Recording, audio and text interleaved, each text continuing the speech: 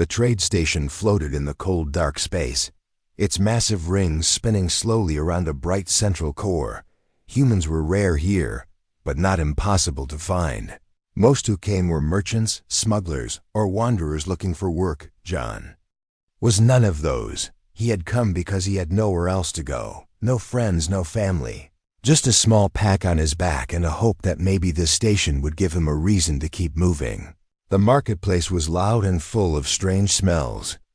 Stalls overflowed with glowing fruit, shining metals, and jars of liquid that hissed when opened.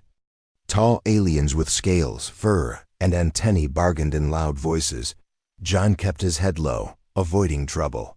That was when he saw her. She was tiny, barely reaching his chest, about 4 feet tall. At first, John thought she was a child, but the way she walked made him stop. She moved with purpose, each step sharp and precise. Her uniform was dark gray, stitched with silver lines that glowed faintly. On her chest was a small emblem John didn't recognize. Around her, 4 tall alien soldiers walked, their weapons ready, but what caught John's attention most was how they looked at her. Not like a child, like a commander. The tiny alien girl stopped at a merchant's stall. She spoke in a language John didn't know. The merchant's hands shook as he quickly gave her something wrapped in black cloth. She inspected it, nodded once, and turned to leave. Her eyes flicked over the crowd. Then, they locked on John. It was only for a second. But John felt it, the sharp weight of her gaze. She whispered something to one of her guards. The guard took a step toward John. But the girl raised her hand. She walked up to him herself. Her eyes were a strange mix of silver and green, glowing faintly under the station lights. She tilted her head, as if measuring him. Then, in perfect English, she said one word, "Follow." John blinked. Excuse me?" Her gaze didn't change. "Follow," she repeated, her voice calm but carrying the weight of an order. The soldiers behind her adjusted their weapons slightly. John felt his chest tighten. He didn't know who she was, but something in her tone made it clear. She expected to be obeyed. Against his better judgment, John followed. The girl turned sharply and began weaving through the crowd. The soldiers moved like shadows. Closing the path behind him, they passed through a narrow corridor lined with rusted doors. The noise of the marketplace faded until there was only the sound of their footsteps. At the end of the corridor, she pressed her hand to a panel. The wall slid open, revealing a narrow passage lit with dim blue lights. John hesitated. "Where are we going?" he asked. She glanced at him over her shoulder. "To where you belong," she said, and stepped inside. John followed into the passage. It twisted and turned, dipping lower into the station's hidden levels. The air smelled of metal and ozone. Finally, they reached a door with strange markings carved into it.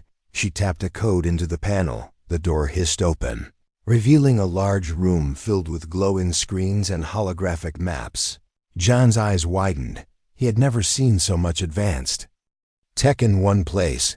Alien ships moved on the holograms, flashing red or green. Lines of text in dozens of languages scrolled across the displays. At the center of the room stood a large table, its surface a shifting map of the galaxy. The tiny girl walked to the table and placed the black-wrapped object from the market onto it.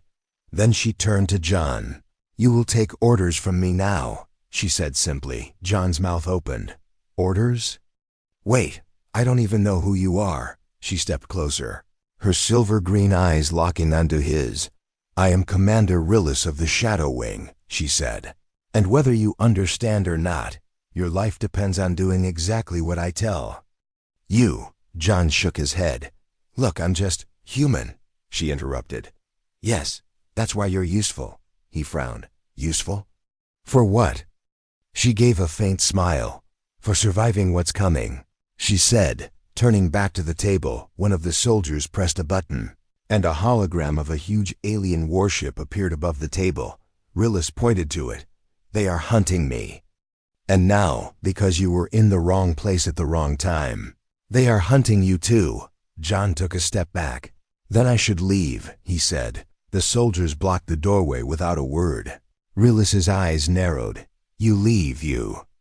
Die in less than an hour, she said.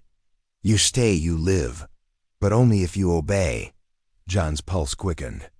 She was serious, and deep down, he knew she might be telling the truth. The hum of the machines, silent watch of the soldiers, and her unshakable confidence all told him one thing. This tiny girl was in control, and somehow, without even knowing her plan, he had already stepped into her world. John didn't know why he stayed. Maybe it was fear, maybe it was curiosity, or maybe it was because Commander Rillis, despite being only 4 feet tall, looked like she could control the fate of everyone in the room, including him. The room buzzed with soft machine sounds. Holograms shifted as alien ships moved across the map. Rillis didn't waste time. She walked around the table and pointed to a smaller console. You, over there, she said. Recalibrate the frequency on this terminal. John blinked. I don't know how to do that. She didn't even look up from the display. You'll figure it out, she said calmly. Her voice wasn't angry, but it left no room for refusal. One of the tall soldiers stepped closer, his shadow falling over John. The unspoken message was clear. Do it. John approached the console, his hands hovering over strange alien symbols. The keys weren't letters but glowing shapes, some shifting like liquid. He hesitated, but then remembered something. Back on Earth, he had worked with old machinery, fixing things in junkyards. For spare cash, he might not know alien tech, but systems always had patterns. Slowly, he began pressing symbols. The screen flickered, then changed. The sound of the machine shifted, becoming smoother. Rillis glanced at the display, then at him. Good, she said. You learn quickly. Before he could respond, she handed him a small device. It was black, no bigger than his palm, with a faint red glow at its center. Take this to storage bay 3, she ordered. Place it on the central crate. Then leave without speaking to one. John frowned. What is it? Her eyes locked onto his. A thing that will save us later, if you don't ask stupid questions now. He wanted to argue, but the look she gave him was sharp enough to slice through his words. So he took the device. 2 of her soldiers escorted him through a side door into another dim corridor. The air here smelled of oil and hot metal. They moved quickly, avoiding the main station routes. At one point, John spotted security patrols in the distance, but the soldiers guided him down a different path. When they reached storage bay 3, the door slid open with a hiss. Inside, rows of massive crates towered over him, some stacked so high they nearly touched the ceiling. The place was quiet, except for the hum of machines. The soldiers stopped at the entrance, letting him go in. Alone, John's steps echoed as he moved deeper inside. He found the central crate easily. It was marked with a bright white stripe. Placing the small device on top, he expected something dramatic to happen. Nothing did, just a faint pulse of light from the device before it went dark. He turned to leave but froze. A voice echoed from behind one of the crates. You shouldn't be here, human. A tall alien stepped out, armored in dull red plates, his face hidden behind a mask. John took a step back. I'm just delivering something, he said carefully. The alien's eyes glowed faintly through the visor. Then you're working with her, the alien said, almost a growl. You have no idea what she really is. Before John could respond, the alien lunged forward, grabbing his arm. The grip was strong, crushing. Suddenly, a small metallic sphere rolled across the floor between them. It hissed and exploded in a burst of bright smoke. John coughed, stumbling back. Through the haze, a short shadow darted in, moving fast. A sharp flash of light, and the red-armored alien collapsed with a thud. Unconscious, the smoke cleared enough for John to see Rillis standing there. She had a small blade in one hand, still humming with energy. You're slower than I thought, she said, grabbing his wrist and pulling him toward the door. Was that guy going to kill me? John asked as they ran. Yes, she replied. And next time, he will try harder. They slipped back into the hidden corridors, the soldiers closing ranks around them. When they returned to the command room, Rillis went straight to the holographic table. Without looking at him, she said, "That device you placed is now linked to our network." John stared at her. "You could have told me people might try to kill me," he said. She finally met his gaze. "They always will," she said simply. "That's the price of being near me." He felt his stomach tighten. "This isn't my fight," he said. Her silver-green eyes softened slightly, just for a second. "It is now," she said, turning back to her screens. "Because if they catch you, they won't just kill you. They'll use you against me." John opened his mouth to speak, but then something caught his attention. One of the holographic ships on the display suddenly turned red and flashed. Relis's expression changed, sharp and alert. "They found US," she said quietly, then louder. "Shut down all exterior lights, lock every door." The soldiers moved instantly. Rilis stepped closer to John, her voice low. "From this point on, you don't question my orders, you just move." "Why?" he asked, his voice tense. Her gaze was unshakable. "Because the hunters are already here." The station lights dimmed instantly. Only the soft blue glow of the consoles remained. John could hear the faint hum of machinery mixed with the quick, sharp clicks of the soldiers locking the doors. Rilis stood in the center of the room, her hands clasped behind her back, calm as if she had planned for this moment all along. "Stay close to me," she told John without turning. He stepped closer, his eyes darting to the holographic map. Several red blips had appeared around the station, moving toward their location. "Those are ships?" he asked. "Strike teams," she replied. "They're here for me and anyone standing beside me." John felt his throat tighten. "What exactly did you do to make so many people hate you?" She finally looked at him, a faint smirk on her lips. "I told the truth," she said simply. "And in my galaxy, that is the most dangerous weapon."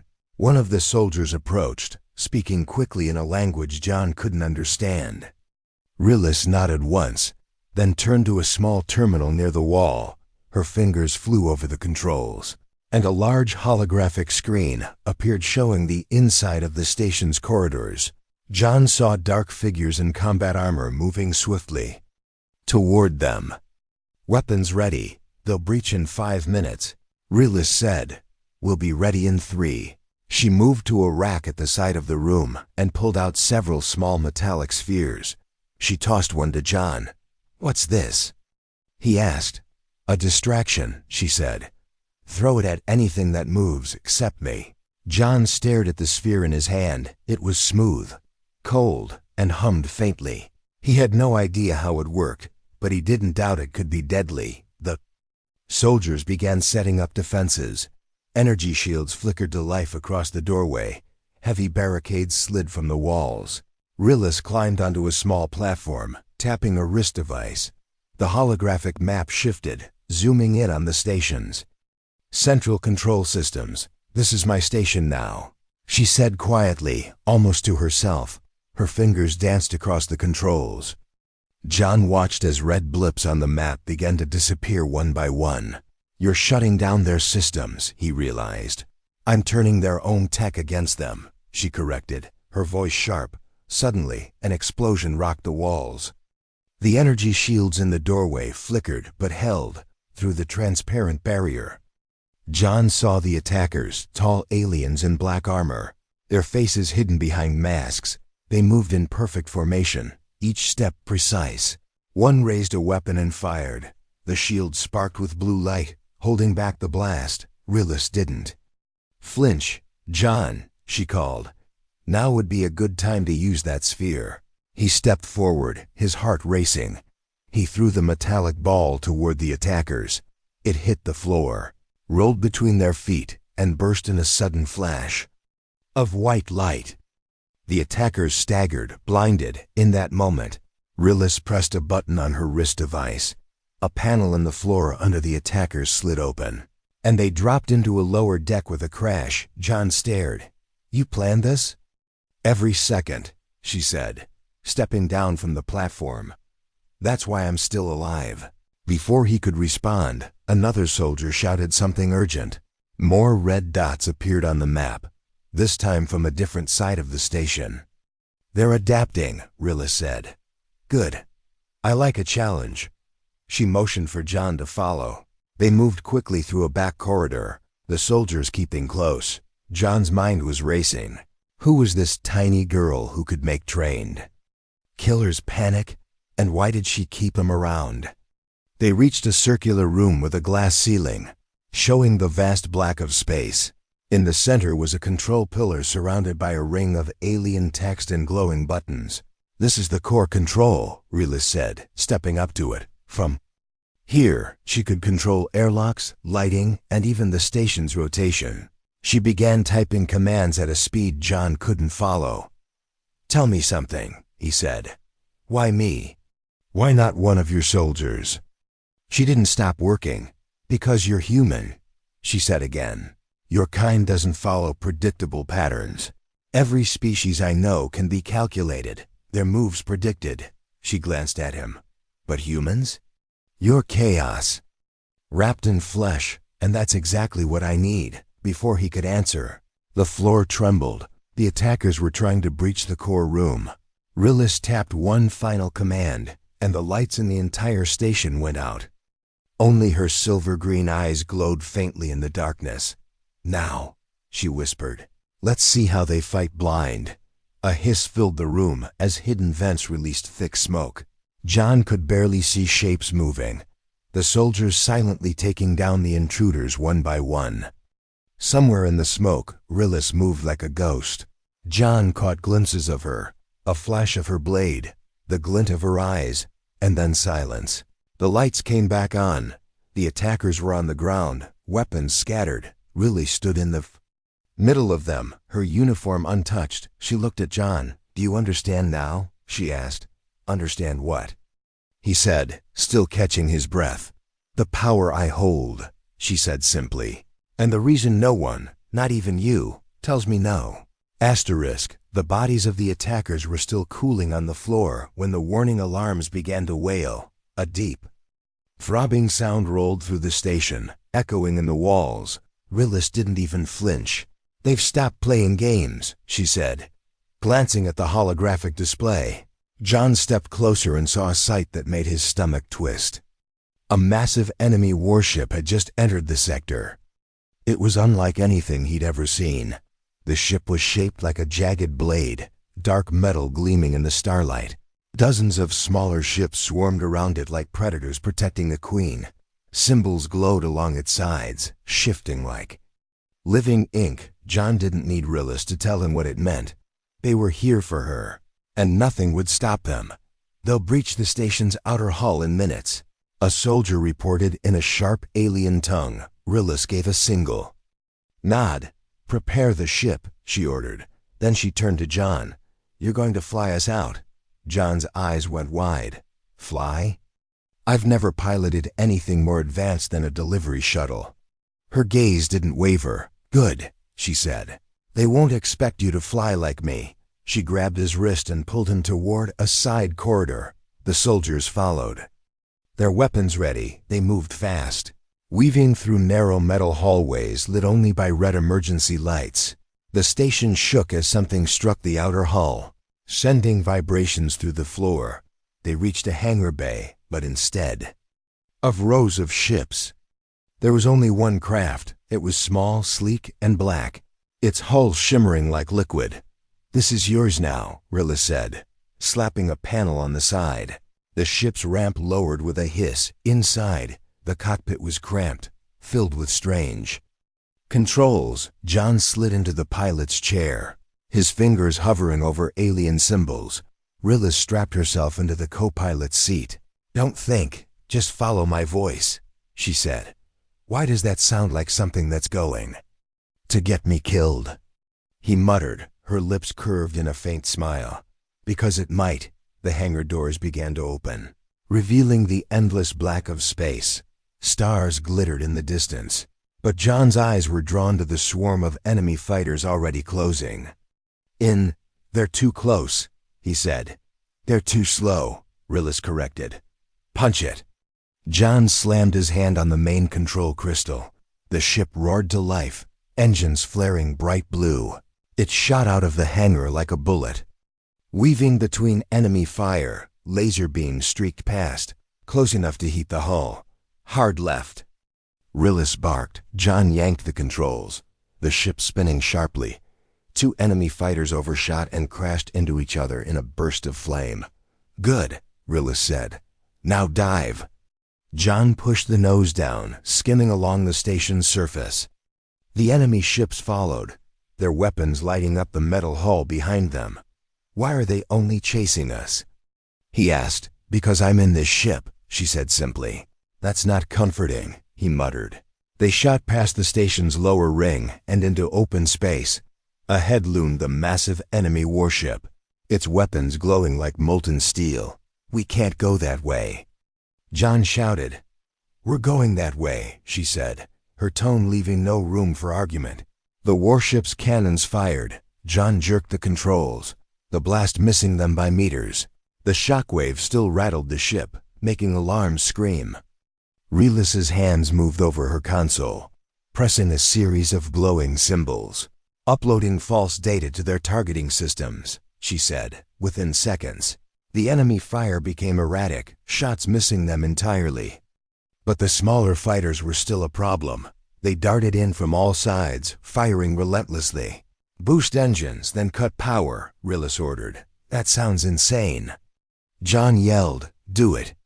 She snapped. John hit the engine boost, the ship surging forward at dizzying speed. Then he killed the power. For a heartbeat, the ship drifted silently. The enemy fighters, still tracking their last position, overshot, flying past them. John reignited the engines and spun the ship around, blasting through the gap they'd left. That actually worked, he said. Rillis's smirk returned. Of course it did. I told you. Humans are unpredictable, but their relief was short-lived. A deep shadow fell over them as the massive warship shifted, blocking their escape route. Its main cannon glowed brighter. If that fires were gone, John said. Then don't let it fire, Rillis replied, her eyes narrowing. She tapped a command and a small hatch in their ship opened. A black humming device slid out, drifting toward the enemy warship.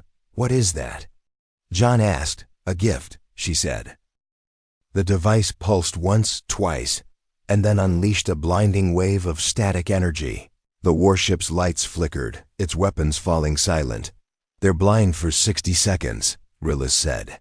Plenty of time for you to get us out of here. John didn't need more convincing. He pulled the ship into a sharp climb.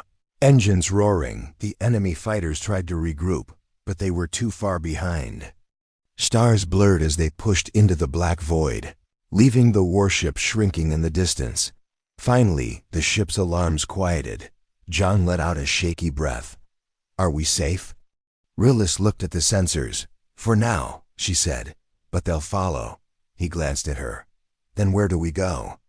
She leaned back in her seat, eyes glinting. To find the one thing they fear more than me. Asterisk. The stars stretched endlessly ahead of them. The hum of the engines was the only sound in the cockpit. John kept his hands on the controls, eyes scanning the black void for any sign of pursuit. Rillis sat in the co-pilot's seat, calm as ever, her small frame almost swallowed by the chair. For a long time neither spoke. Finally, John broke the silence. So are you going to tell me what's really going on, or do I just keep flying blind? Rillis didn't look at him. You're not flying blind, she said softly. You're flying with me. That's far more dangerous. That's not an answer, John said, his voice tightening. I've been shot at, chased through space, nearly killed. I think I deserve to know why. Her silver-green eyes turned toward him, studying him for a moment. Then she reached forward, pressing a series of controls. The cockpit's windows dimmed, replaced by a projection of a map, a vast section of the galaxy. At the center of the map was a blinking red star system, surrounded by swirling lines of code. That's where we're going, she said, pointing to the red system. Why? John asked. Because that's where the weapon is. John's brow furrowed. A weapon? Not just any weapon. She replied, her voice low. "It's an ancient machine, built long before my people had ships. Long before yours even walked upright." The map zoomed in, showing a massive structure hidden inside the debris of a shattered moon. John's stomach tightened just looking at it. Even in the projection, it felt wrong. "What does it do?" he asked. Rilis leaned back, her expression unreadable. "It ends wars," she said. "Or starts them, depending on who controls it." John stared at her. "And you plan to control it?" Her lips twitched in a faint smile. "I plan to. Make sure the wrong hands never do." The ship's lights dimmed as they entered a dense asteroid field. John slowed their speed, weaving between chunks of spinning rock. The silence stretched again before he asked the question that had been clawing at him since they met. "Why are you risking all this? Why not just hide?" Rilis's gaze turned distant, her voice softer than he'd ever heard it. "Because I already tried hiding. And it cost me everything." She stood, motioning for him to follow, leaving the cockpit. They moved into the ship's narrow central corridor. She opened a panel in the wall, revealing a small storage space. Inside was a single item, a worn piece of dark fabric, frayed at the edges. She held it with surprising care. "This was my brother's," she said quietly. "He was older, stronger, and just as stubborn as I am. But he believed the Council's lies." John stayed silent, sensing the weight of her words. "When I discovered the truth about the weapon, I tried to tell him," she continued. "He refused to listen. Said I was dangerous." Her eyes hardened. "They sent him to hunt me." John felt a chill creep up his spine. "What happened?" Her fingers tightened on the fabric. "He died trying to bring me in. And I couldn't save him." She replaced the cloth, sealing the panel. "That's why I can't stop," she said, her voice cold again. "Because if they get the weapon, more people will die, millions. Maybe billions." They returned to the cockpit. Outside, the asteroid field thinned, revealing a distant glimmer, the red system from the map. But before they could get closer, a sharp alarm cut through the air. John glanced at the sensors, his stomach dropping. "They found us," he said. Several red blips had appeared behind them, moving fast. Rilis's eyes narrowed. "They've been tracking our jumps," she said. "Clever." John tightened his grip on the controls. "What now?" She tapped a sequence into her console, and a section of the asteroid field ahead glowed on the map. "We go there," she said. "That's suicide," John muttered. "It's survival, if you trust me." The enemy ships were closing in. Fast, their weapons charging. John hesitated for only a second before slamming the controls forward. The ship surged ahead, weaving between massive rocks. The enemy fire blasted chunks of stone apart, sending debris spinning. Rilis guided him with short, precise orders. Up. Hard right. Drop now.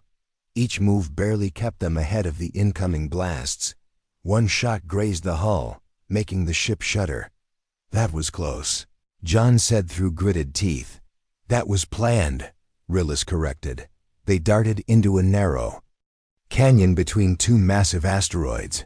The walls were so close John could see the scratches of ancient impacts. Suddenly, Rilis pressed a control, and a faint shimmering barrier appeared ahead. "Through there," she said. "It's solid rock." John shouted. "Trust me," she said again, with no time to argue. He pushed forward. The ship passed through the shimmer as if it wasn't there, emerging into a massive hidden chamber inside the asteroid. The walls glowed faintly with embedded crystals, and strange alien structures jutted from the rock. The enemy ships flew past the canyon, unable to see the hidden entrance. The radar cleared. John let out a long breath. "Safe?" he asked. "For now," Rilis said, her eyes fixed on the glowing walls. "This place is older than the weapon, and it holds the key to finding it." John looked at her. "What kind of key?" Her silver-green eyes glinted in the dim light. "The kind that changes everything," she said. "And once we have it, there's no turning back." The hidden chamber inside the asteroid felt like it had been untouched for centuries. Strange crystal light pulsed softly along the walls. Casting long shadows, John stood at the edge of the cockpit, staring at the alien structures buried deep into the rock. They looked like broken towers, half melted, with faint markings carved into their sides. Rilla stepped forward, her small boots crunching against the stone floor. "This was a temple," she said, her voice quieter than usual. "My people once came here to swear loyalty before the wars began." John looked around. "And now?" "Now it's a tomb," she replied. Her eyes scanned the carvings until she found one shaped like a spiral. She pressed her palm against it, and the wall shivered, splitting open to reveal a narrow stairway descending into darkness. They followed. The steps down, the sound of their movement swallowed by the heavy air. At the bottom was a chamber glowing with red light. In the center floated a black cube, suspended in midair, spinning slowly. "What is it?" John asked. "The location key," Rilla said, stepping closer. "It will guide us to the weapon." "But it's also a beacon," John frowned. "Beacon? You mean—" "Yes," she said. "The moment I take it, they'll know where we are." She reached out and touched the cube. It froze in the air, then dissolved into a thin beam of light that sank into her wrist device. Almost instantly, a deep rumble echoed through the rock. John's hand went to his side instinctively. "They're here," he said. "They will be," she corrected. "We have minutes." They rushed back up the stairs and into the ship. By the time the engines roared to life, the sensors were already flashing with incoming signatures, small. Enemy interceptors were swarming toward the asteroid, their weapons armed. Rillis didn't hesitate. "We're not running," she said. "What?" John stared at her. "That's literally what we should be doing." She shook her head. "They'll chase us no matter where we go, so we go to them first." The cube's data had revealed more than just the weapon's location. It showed the coordinates of the enemy's main base, a massive fortress station hidden in a dead star system. "That's where the weapon is kept now," she said. "And that's where we take it." John gripped the controls tighter. "This is insane." "Everything worth doing is," she replied calmly. They broke free from the asteroid field, speeding toward the base coordinates. Hours passed in tense silence until the fortress came into view. It was enormous, a black ring surrounding a central tower, bristling with turrets and shield arrays. John's jaw tightened. "There's no way we're getting in there." "We will," Rilla said, her eyes scanning the defenses. "They'll be expecting a fleet, not two people in a stolen ship." She guided him toward a narrow maintenance tunnel near the base's outer edge. The opening was barely wide enough for their craft. Metal scraped against the hull as they slipped inside. The tunnel curved downward, ending in a small docking chamber lit by harsh white lights. Rillis moved quickly, strapping a compact energy pistol to her side and handing John a similar weapon. "Don't aim unless you mean to fire," she said. "That's not reassuring." He muttered, but clipped it to his belt. The docking doors slid open, revealing an empty corridor lined with pipes and steam vents. They moved in silence, Rillis leading with small, quick steps. Her eyes flicked to every shadow, every vent. John realized she wasn't just walking. She was counting, measuring, planning. They reached a large security door guarded by two heavily armored aliens. Rillis gestured for John to stay back. She stepped forward, speaking in their language. With perfect authority, the guards glanced at each other, hesitated, then lowered their weapons. John's eyes widened. "You just talked our way in?" She smirked. "Sometimes power is just knowing the right words." Beyond the door was a vast chamber filled with strange machinery. In the center, resting on a raised platform, was the weapon. It wasn't a gun or a bomb. It was a sphere the size of a small vehicle, its surface rippling like liquid metal. Faint energy arcs danced across it, casting flashes of light on the walls. John felt his chest tighten just standing near it. "What does it do?" he whispered. Rillis's voice was low. "It can wipe out entire fleets with a single pulse, or power a world for 1,000 years." She moved to the control panel beside it, her fingers moving with precision. But before she could finish, alarms blared through the chamber. A cold, booming voice echoed from hidden speakers. "Welcome back, little traitor," it said. John's stomach sank. The voice was deep, slow, and full of malice. Rilis's jaw tightened. "That's the enemy commander," she said quietly. "And he's already here." The far doors slammed open, and soldiers poured in, weapons raised. John's hand went to his pistol. But Rilis raised her arm. "Not yet," she said. She pressed one final command into the panel, and the sphere's surface shifted, glowing brighter. Energy hummed through the room, making the air feel heavy. The enemy commander stepped into view, a towering alien in black and crimson armor, his eyes burning like molten gold. "You can't win, Rilis," he said. "Maybe not," she replied, her silver-green eyes locking on his. "But I can take this away from you." The hum of the weapon grew louder. John could feel the vibration in his bones. "What are you doing?" he hissed. "Buying us one chance," she said. Then she turned to him. "When I tell you to run, you run, and you don't look back." Asterisk. The weapon's glow filled the chamber, casting silver and gold light over every wall. The hum had turned into a deep, pulsing thrum that made the air vibrate. John stood frozen, his pistol in hand, watching Rilis work at the control panel with rapid, precise movements. The enemy soldiers closed in, their black armor reflecting the weapon's glow. The commander's voice was low but heavy with authority. "Stand down, Rilis.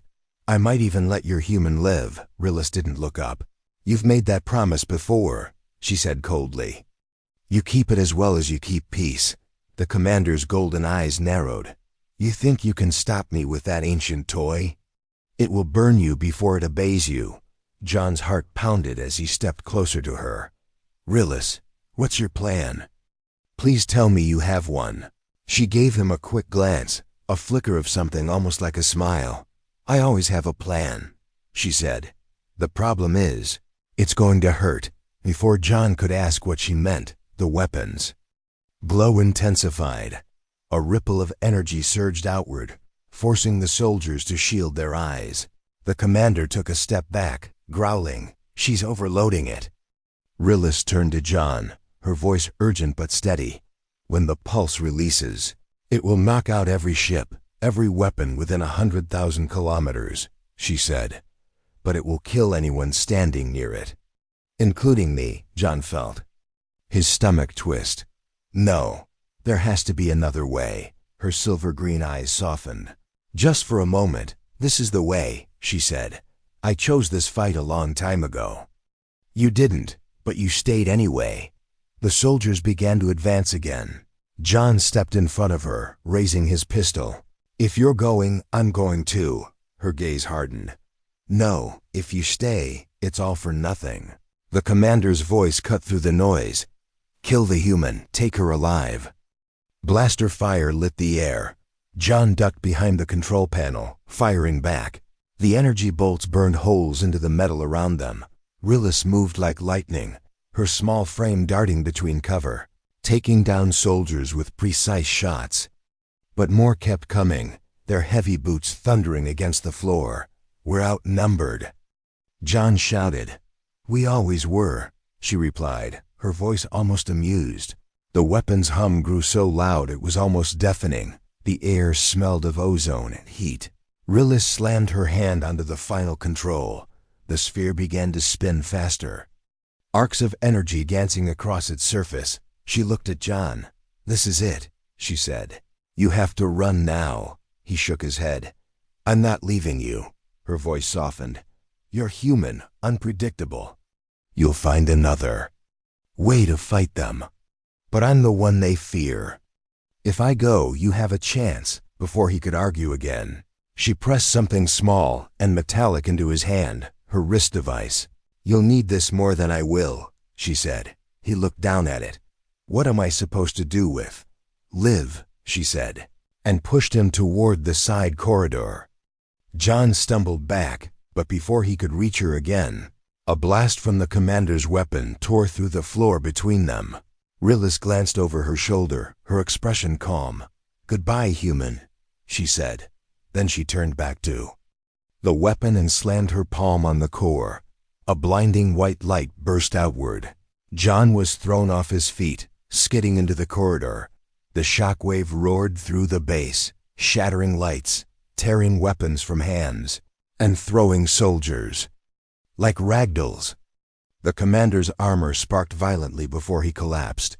The last thing John saw before the blast consumed the chamber was Rillis standing at the weapon's core, her hair and uniform whipping in the storm of energy, and then darkness. When he woke, the air was still. The weapon's glow had faded, leaving only the flicker of damaged lights. The soldiers lay unconscious or unmoving. The commander was gone. John forced himself to his feet, calling out, "Rillis!" No answer. He stumbled into the ruined chamber, his eyes scanning every corner. The weapon was cracked, its surface dull and lifeless. Of Rillis, there was no sign. Only her small emblem, the silver and green insignia from her uniform, lay on the floor. John picked it up, gripping it tightly. The base's alarms were silent. The enemy ships outside were drifting. Powerless, just as she'd promised. She'd done it, but at the cost of her. John found the small docking tunnel where their ship was hidden and climbed aboard. As the engines hummed to life, he stared out at the stars. Her wrist device sat in his palm.